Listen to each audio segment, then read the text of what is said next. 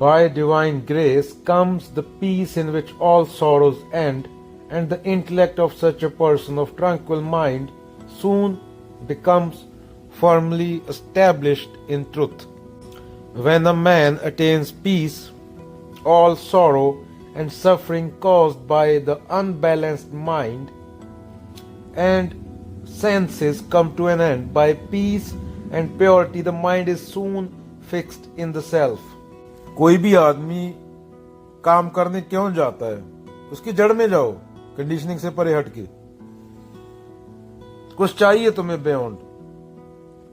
पूर्ण आदमी तो रमन्ना महर्षि की तरह बैठ जाता है ना, बिना थॉट के। तुम्हें दुख का अंत करना है, तुम दुखी हो। दारू पीते हो, परमाणु दुखी हो। टीवी पे बैठते हो, वो परमाणु दुखी हो।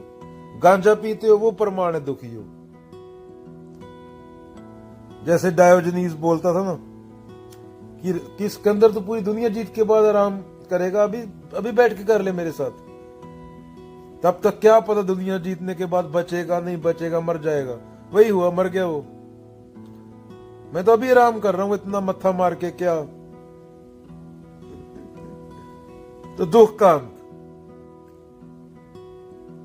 Piece. How can someone get peace? Path बताया गया है यहाँ पे।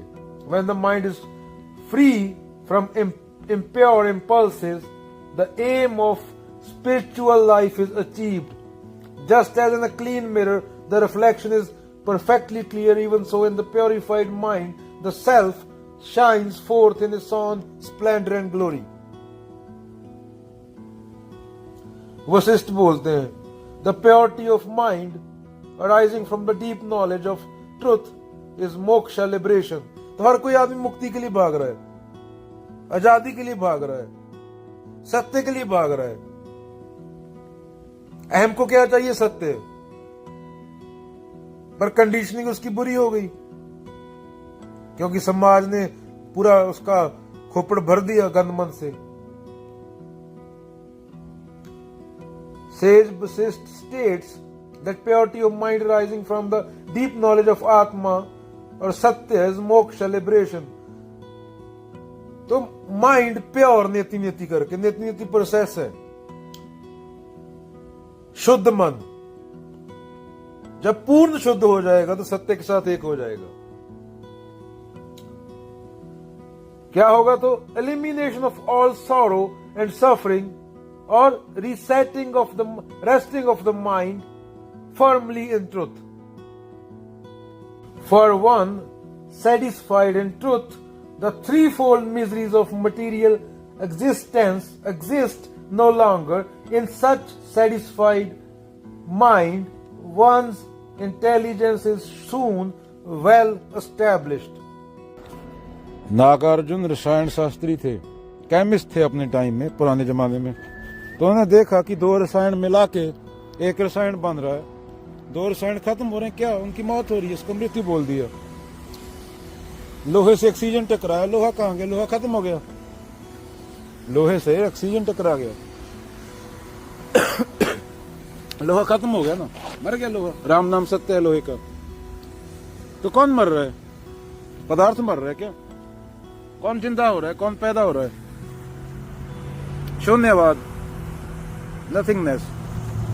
अपने टाइम पे केमिस्ट थे ना वो। तो दो धातु मिल रहे हैं, तीसरा पैदा हो रहा है। सौर से एक है, क्या खत्म हो गया क्या लोहा? पानी भाप बन गया, पानी खत्म हो गया क्या?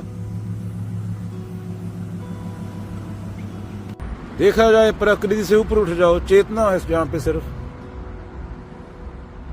सत्य है, वहां पे सब कुछ स्वभाव रहता है, वहां पे दूसरा है ही नहीं।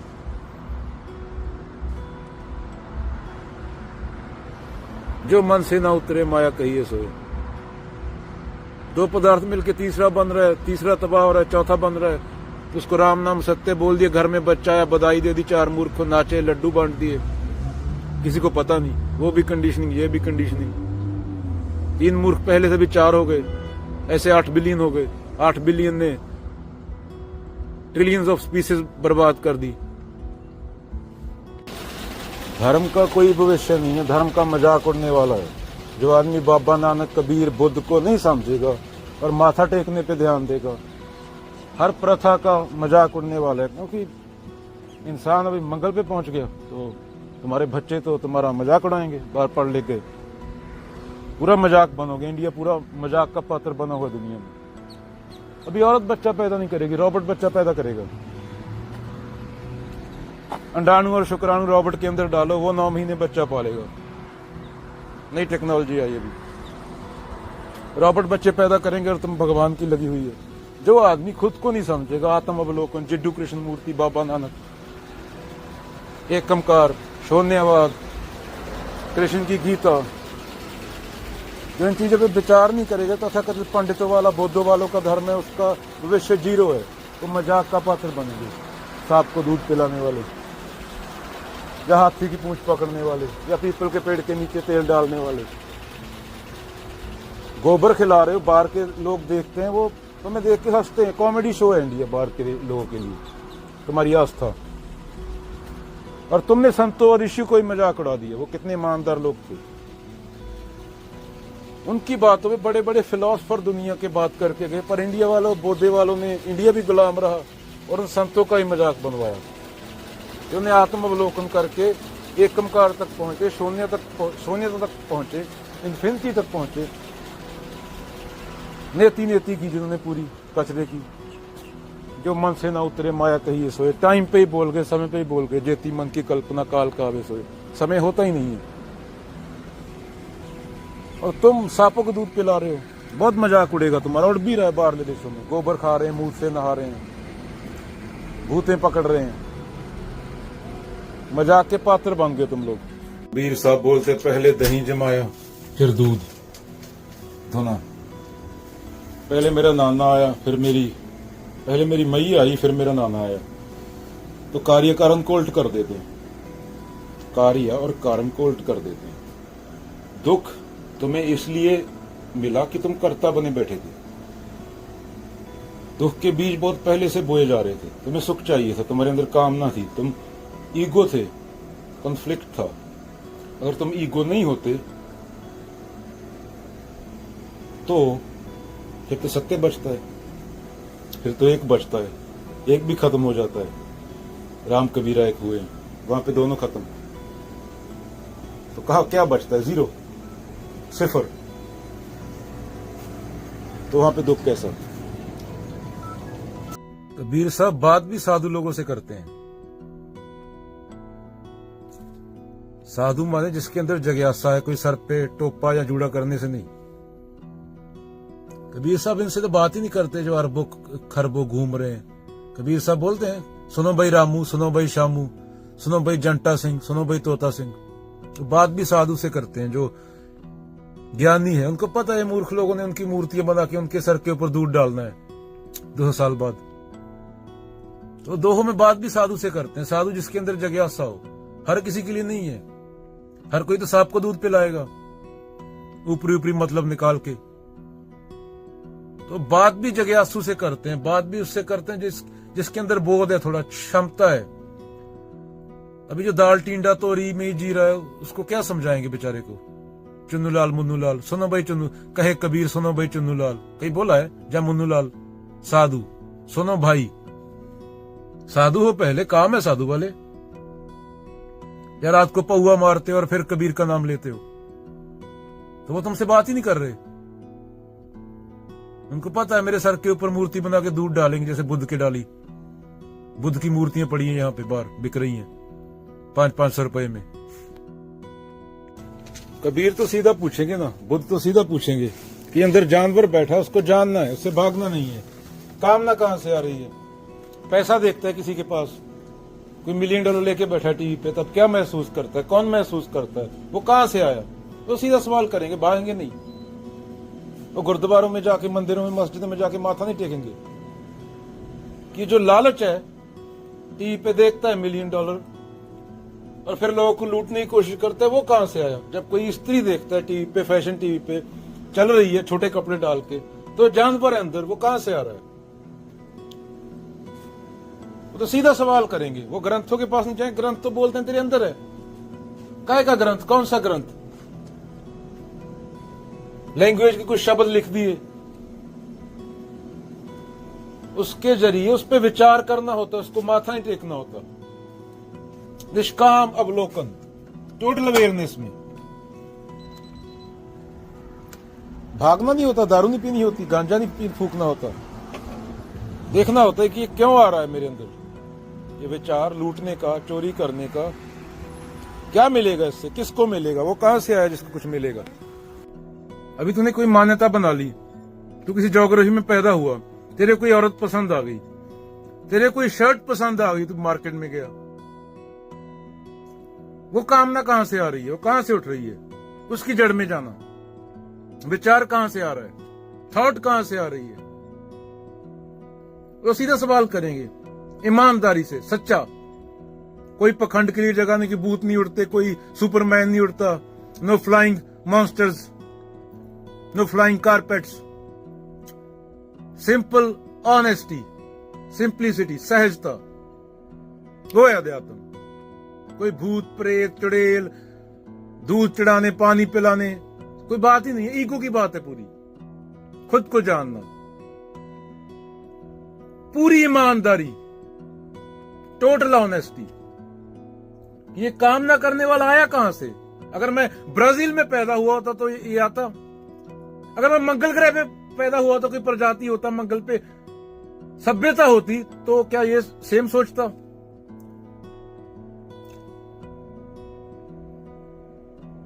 तभी हमने संतों के साथ ये किया। विवेकानंद की मां का घर तक छीन लिया। आदि शंकराचार्य 40 की उम्र में चले गए, विवेकानंद 35, 36, 40 की उम्र में चले गए। कबीर को जहर देके मारने की कोशिश की, बाबा नानक को पत्थर मारे, महावीर के कानों में सलाखें घसेड़ दी, बुद्ध को पत्थर मारे पंडितों ने। तो वो लोग हैं हम। गुरु अर्जुन देव जी को शहीदी देनी पड़ी, बाद में 200 साल बाद फोटो लगा के पूजा करते हैं उसकी। जब वो होता है उसके साथ कोई नहीं होता, 20-30 लोग ही होते हैं, वही भग जाते हैं।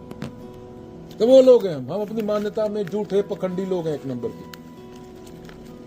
20 साल बाद जिसको मीट खाना है वो संत के नाम पे मीट खाएगा, तो संत भी खाता था। संत को कहां समझे? पंडित लोगों ने बता दिया ना। किसी को गांजा पीना है वो गांजा पिएगा संत के नाम पे, तो संत भी पीता था। गांजा खुद को पीना ये बोल, किसी को 4 पत्नियां रखनी है वही बोलेगा संत भी रखता था, मैं भी रखूंगा। तो संत के साथ घूमता था क्या 500 साल पहले? तो हम बहुत पखंडी, बहुत गिरे हुए, बहुत जानवर लोग हैं। अगर दुनिया में 100-200 लोग नहीं हुए होते जिन्होंने कुछ किया दुनिया के लिए, तो अब तक हम जंगल में घूम रहे होते। हम जंगली जानवर से ज्यादा नहीं है कुछ। हमने क्या क्या नहीं किया। बाद में उनकी मूर्तियां बना के अपनी मान्यताएं बना ली। 8 बिलियन बंदा एक धर्म को मान रहा है, मान लो फॉर एग्जाम्पल, वो अपने मुताबिक उस धर्म को मान रहा है। 8 बिलियन बंदा, 8 बिलियन धर्म। वो बंदे को तो कोई समझा नहीं ना, उसकी तो मूर्ति बना ली, सर पे रख के घूम रहे हैं, पानी में बहा देते हैं। फिर कोई भी संत हो सकता है, जिसको मर्जी ले लो, सबको पत्थर ही पड़े ना। कानों में सलाखें, आंखें निकाल ली, जहर दिया गया, पत्थर मारे गए, सर फाड़ दिया। बाद में 2 साल बाद मिलियन मूर्ख इकट्ठा होकर उसकी मूर्ति बना लेता, उसके नाम पे चंदा इकट्ठा करता है। ये लोग हैं हम। औकात देखिए अपनी। जितने भी धार्मिक लोग हैं सब नकली है, किसी को धर्म का पता नहीं। तो पश्चिम के लोग हमको मंकी वर्शिपर समझते हैं, इंडियन लोगों को। उनको समझा ही नहीं पाए, हम खुद नहीं समझ पाए। चेतना की बात है। राम क्या है? निर्गुण। राम कोई देव वाले राम नहीं है। और हनुमान जी से मतलब है मन चंचल होता है, इधर भागता है मनवा तो पंछी बे उड़ के चला आकाश, ऊपरी से गिर पड़ा मोह माया के पास। तो इधर भागता है उधर भागता है। जो एक जगह पे लग जाए, एक सत्य को जान ले, वो है संकेतक बात। वो समझाने की कोशिश की गई है। हम हनुमान जी की मूर्ति बना के उस पर तेल डाल रहे हैं। तो पश्चिम के लोग बोलते हैं ऐसे, कौन से देश से हो जहां बंदर को पूजा जाता है, मंकी की पूजा की जाती है? तो हम समझा ही नहीं पाए। पूरी दुनिया हमें मंकी वर्शिप पर बोलती है, मजाक उड़ता है पूरी दुनिया में। कितनी बड़ी बात है, एक सत्य एक है। हनुमान जी का पूर्ण समर्पण उस राम के प्रति, वो बताने की कोशिश की गई है। वही इंसान होता है जो पूर्ण समर्पण कर दे उस सत्य के प्रति। उसी को मुक्ति बोला गया, निर्वाण बोला गया। हम बता ही नहीं पाए, हम खुद नहीं समझे, मजाक बन के रह गए पूरी सभ्यता संस्कृति। तभी तो गुलाम रहा इंडिया। आत्मा पकड़ो, ये पकड़ो, भूत इसमें घुस गया, उसमें घुस गया, उसके शरीर में से निकला, बंतो चड़ेल, छलांग लगाई, तारा सिंह से तोरा सिंह के शरीर में घुस गई। आत्मा को अनंत बोला गया। खुद नहीं पता हमें, हम बाहर के लोगों को क्या बताएंगे। हमारे ऋषि, हमारे संत कितने आगे थे।